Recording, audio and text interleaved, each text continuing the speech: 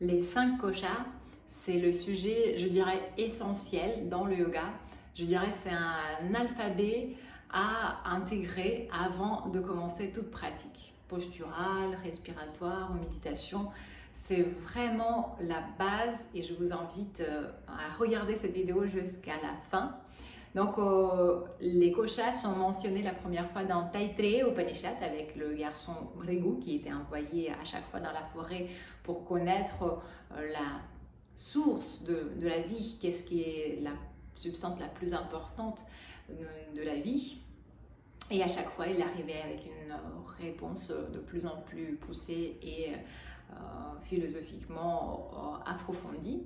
Et on va faire un saut directement de Taittiriya Upanishad à notre planche qui résume ça, la planche de Yoga et Veda, qui s'appelle 5 koshas, anatomie subtile du yoga, où vous voyez les 5 koshas, les 5 corps, les 5 types de corps qui constituent notre être, qui sont repartis en 3 blocs. Et ce sont, je vais commencer par là, ce sont Stula Sharira, qui comporte un kosha, le premier, Annamaya Kosha, Sukshma Sharira en vert, ça veut dire le corps subtil, qui comporte 3 koshas, Pranamaya Kosha, Manomaya Kosha et Vijnanamaya Kosha, et Karana Sharira en bleu, qui comporte de nouveau un seul kosha, qui est Anandamaya Kosha. Donc, qu'est-ce que sont ces koshas en détail? Le premier s'appelle Anna. Anna veut dire nourriture, tout ce qui nourrit la forme grossière des 5 éléments. La terre, l'eau, le feu, l'air et l'éther. Tout ce qui nourrit, repart notre corps physique, palpable. Et Annamaya Kosha peut être bloqué par les restes de la nourriture non digérée et par les crispations musculaires ou les problèmes de dégénérescence dans les cartilages, dans les articulations, donc tout ce qui est les dysfonctionnements des matières dus au manque de mouvement. Et quels sont les remèdes contre les problèmes de Annamaya Kosha? C'est bien sûr notre favorite pratique posturale, tout type de mouvement, aussi bien dynamique que statique, et les Shat Karma, les techniques de purification. Il y a 6 familles, Shat Karma, les 6 familles qui incorporent plusieurs types de techniques de purification. Et puis aussi, c'est bien sûr l'attention ou la révision complète de notre système alimentaire qui va réparer, équilibrer Annamaya Kosha. Souvent, très souvent, ce que je vois, c'est seulement ça. On limite le yoga à seulement ça. Mais c'est juste la première étape. Ensuite, Pranamaya Kosha. Donc là, on passe de Stula Sharira à Sukshma Sharira. Stula veut dire grossier, Sukshma veut dire subtil. Donc vous vous rappelez, dans Sukshma Sharira, il y a 3 koshas. Le premier des 3 koshas de Sukshma Sharira est Pranamaya Kosha. Pranamaya Kosha. Le corps énergétique. Et souvent on dit il est fait de prana. Non, il est, pour être juste, il est fait de nadi, des canaux énergétiques qui transportent le prana. Donc les blocages de Pranamaya Kosha sont dus au manque de circulation d'énergie, de prana.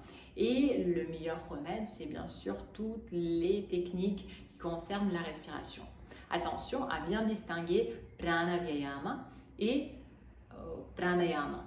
Pranavyayama, ce sont des exercices souvent dynamiques, des respirations forcées ou des exercices respiratoires qui sont combinés avec les mouvements. Pranayama, c'est quelque chose qui se fait dans une position immobile.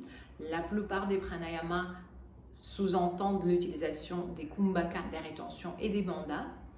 Parce que souvent, on appelle pranayama, dès qu'on commence à respirer, on dit pranayama. Non, c'est vraiment deux choses à bien distinguer. Et bien sûr aussi, pour équilibrer notre pranamaya kosha, c'est important de prendre en considération qu'est-ce qui nous entoure, quel air on respire, à quel point on est souvent dans la nature, et voilà, tout le prana, toute l'énergie qui nous entoure. Aussi la nourriture, à quel point il y a le prana dans la nourriture, parce que d'une, ça peut être sain, fait avec les éléments qui sont sains, mais si la nourriture dans l'Ayurveda est posée plus que 3-4 heures, il n'y a plus de prana, le prana se dégrade. Donc ça c'est aussi d'avoir suffisamment de prana, de l'énergie dans la nourriture. Ensuite, Mano Maya Kosha. Manas, le fameux Manki Mind.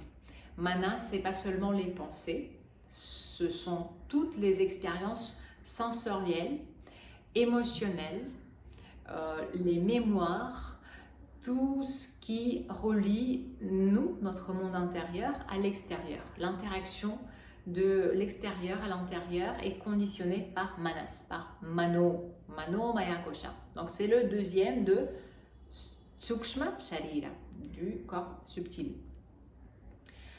Et pour le faire reposer, on va le reposer ou le reparer, on va faire des pratiques qui arrêtent ou ralentissent la stimulation des sens. Parce que souvent, on dit « Ah oui, je veux me reposer », on rentre à la maison et on regarde la télé ou les réseaux sociaux, mais ça ne repose aucunement le mental.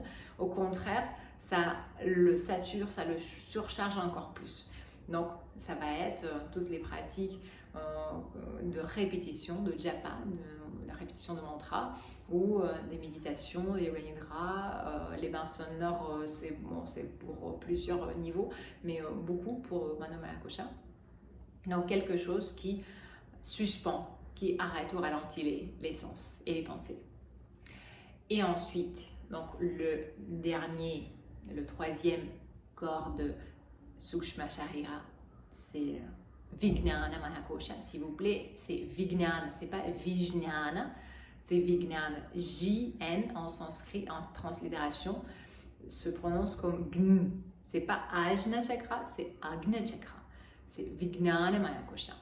Donc, Vijnana veut dire la connaissance, pas la connaissance apprise, mais la connaissance, expérience de méditation, dans ce sens-là. Intuition, discernement, notre possibilité de voir, de distinguer en s'appuyant sur le ressenti intérieur. Donc Vijnana doit être pas reparé parfois, parce qu'on peut avoir des empreintes, ce qu'on appelle les samskaras.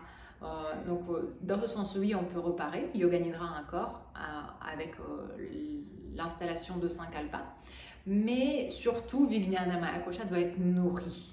Et il est nourri par la lecture des textes sacrés ou des sagesses ou des histoires de vie de personnes saintes. Tout ça, ça nourrit notre Vijnana Maya Kosha, mais il ne faut pas que ça soit juste la lecture intellectuelle. À chaque fois, quand on lit, je ne sais pas, Patanjali Yoga Sutra ou Bhagavad Gita ou des textes quelconques, on est censé de se rasseoir, de méditer, de ressentir, ok, à quoi ça réfère dans ma vie et qu'est-ce que c'est exactement. Et Ananda Maya Kosha, c'est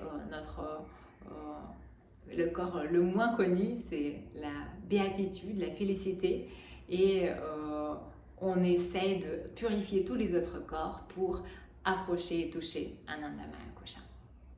J'espère que cette vidéo vous a été utile. Je vous invite à progresser tous les jours, chaque instant dans votre pratique. Et je vous souhaite une excellente semaine avec ce thème de 5 koshas.